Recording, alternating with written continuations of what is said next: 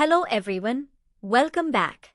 Today we are unboxing and reviewing the RTek Digital Thermo-Hygrometer, a compact and powerful device to measure both temperature and humidity, perfect for homes, labs, and industries.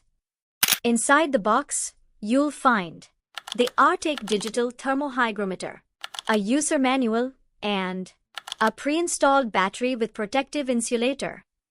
This device is designed for indoor temperature and humidity monitoring.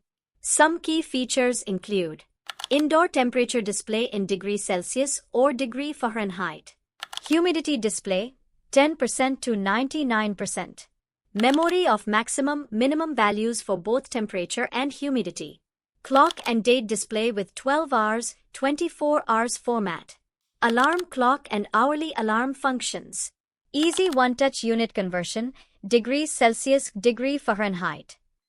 Here are the technical specifications. Temperature range, 50 degrees Celsius to 70 degrees Celsius.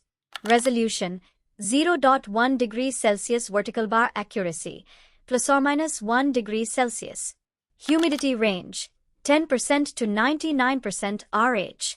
Accuracy, plus or minus 3%, 50-80% RH, plus or minus 5% elsewhere.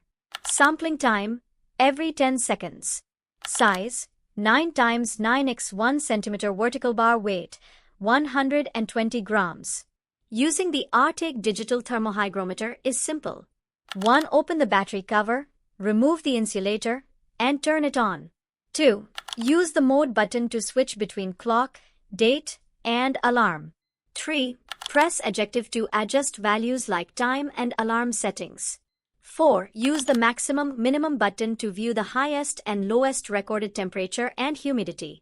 5. Press the degrees Celsius, degree Fahrenheit button to toggle units. This thermohygrometer is useful in many scenarios.